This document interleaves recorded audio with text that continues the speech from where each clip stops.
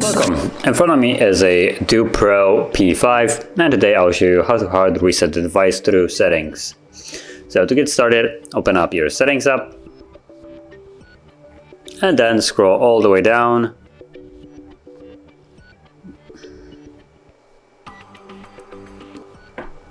All the way down to, where is it?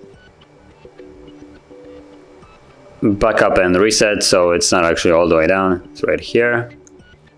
And then tap on factory data reset, and you'll get a message that performing this will remove all the options right here. So remove your account, downloaded apps, system, app data and settings, photos, music, and other user data. So in other words, it just removes everything that you have put on the device yourself. Tap on the reset once you're ready, and then erase everything, and the process will begin. Now this will take probably a couple minutes, and once it's finished we should be then greeted with the Android setup screen. So I'll be back once that is visible.